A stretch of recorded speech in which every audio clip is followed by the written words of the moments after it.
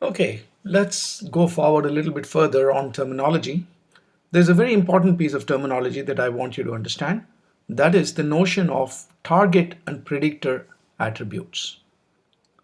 So let's put this into context. Let's say that you are a dealership of luxury cars, and you're introducing a uh, new line of luxury cars, and you want to invite a lot of people to come and test drive the car and so on to start selling the car. Okay, so now let's look at some of the costs involved. Let's say that what you want to do is to mail out a $7 color brochure to prospective buyers. And of course, people who receive that will get an invitation to test drive the vehicle, visit the dealership, and you know, be wined and dined and get free dinner and all that stuff. So that's a lot of money that's involved in this whole process of somebody coming and test driving the vehicle and so on.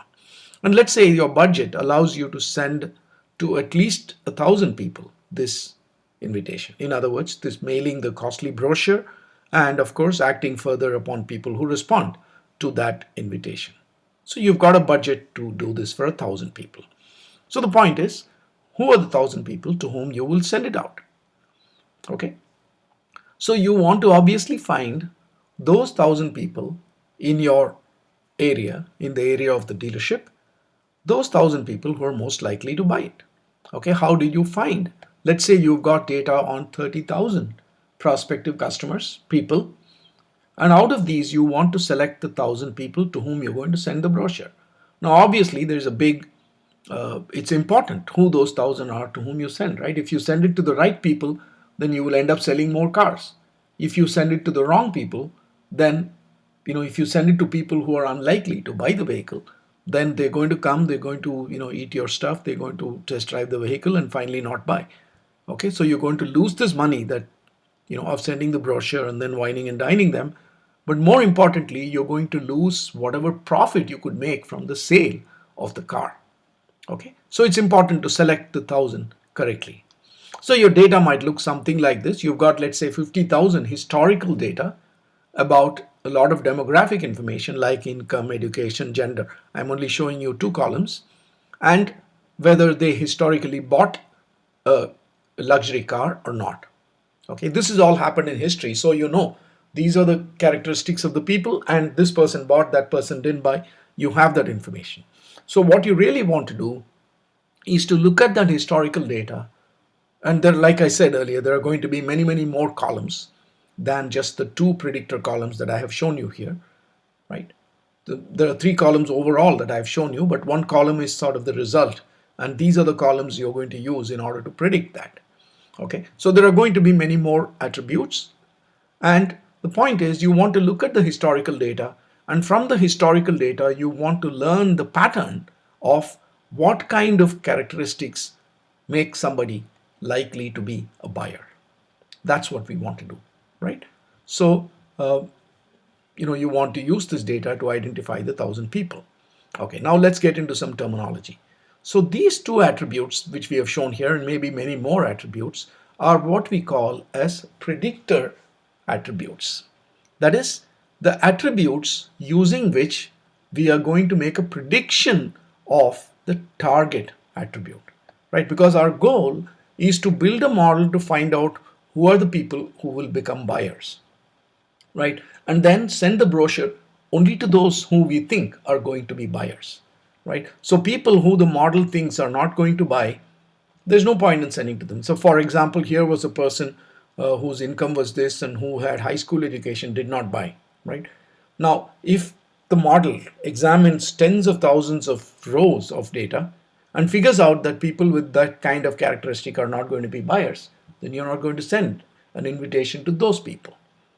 Okay, so you want to find out what is it that makes a person more likely to be a buyer, and it could be a very complex process of determining that. It may not be just, oh, income is high so they'll buy. No, it's got income, it's got gender, it's got education, it's got so many other characteristics that could play into a role in complex ways which we don't understand. Okay, so this attribute, the final result which we are trying to predict, that is called as the target attribute. And the other attributes using which we are going to predict this, those are called predictor attributes. right? Sometimes in statistics and mathematics, we also use the term independent variables, dependent variable. Okay, but here I'm going to use the term predictor attribute and target attribute. Okay, so target is attribute is the one for which we are building the model. You want to predict that. You want to determine the value of that given the predictor attribute. So that's why it's called as a target attributes. The other attributes are the predictor attributes. That is, using their values, we are going to make a prediction. Okay, so we want to build a model to predict the target attribute based on the values of predictor attributes or other attributes. Okay, so how do you determine the quality of the model? Right, so let's find out, what do you mean by a predictive model? How do you determine the quality of a model? So as we've already seen, a predictive model is nothing but a procedure for computing the target attribute value based on predictor attribute values. Okay, again, you may say, well, we already know whether a person is an owner or not owner. What are we trying to do here, building a model? Well, remember, this is historical data. In the historical data, you know whether a person is an owner or not. That is, a person bought or not, did not buy. That you know. But for new data, you're not going to know this. You're not going to know this, but you're going to know the other stuff, right? That is the household income, education, gender, etc., etc. Those things you're going to know, but you don't know whether they're going to buy or not, right? So here you're seeing that value only because this is historical. So we are going to use the historical values, learn the patterns, and then apply the pattern to the new data. Okay, so that's why you need a model. Okay, now a small difference between traditional statistics and predictive analytics. In traditional statistics, the goal is to draw inference based on limited data, right? So the goal of traditional statistics, at least inferential statistics, was to infer something about an entire population, about a large population, based on examining small amounts of data. Why was that the case? That is because gathering data was costly. In the time when statistics evolved, capturing data was a very costly process because there were no computers in those days. If you want to gather data, you literally had to walk door to door and write down the data. So it was a costly process. And secondly, even if you were able to gather a lot of data, our ability to process data was very, very limited because there were no computers, right? So you could not think about building any processing data sets like 50,000 rows, 60,000. You couldn't handle that, right? Because our processing ability was very limited. They had to do it by hand, right? So what you can do is to say, well, I'm going to gather only 100 data elements and do some computations based on those 100, but still make inferences about very large populations. That's the idea here. And they did some really fancy mathematics and probabilistic arguments to be able to actually do this. It was really fantastic what they did. With predictive analytics, our scenario is quite different. Our scenario is that we have lots of data. Gathering data is not a big deal these days, right? Because everything is computerized. Every activity that people perform, they're performing online.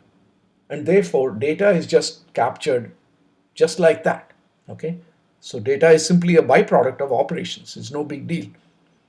And therefore, establishing model quality is much easier, right? Because when you're building a data with 50,000 rows, 100,000 rows, million rows, right? Then you don't worry about, is my data representative of reality? It's going to be representative of reality because the data set is so large, right? And again, our ability to perform computations is very easy. So there is no problem. We can easily compute. Okay. So for all of these reasons,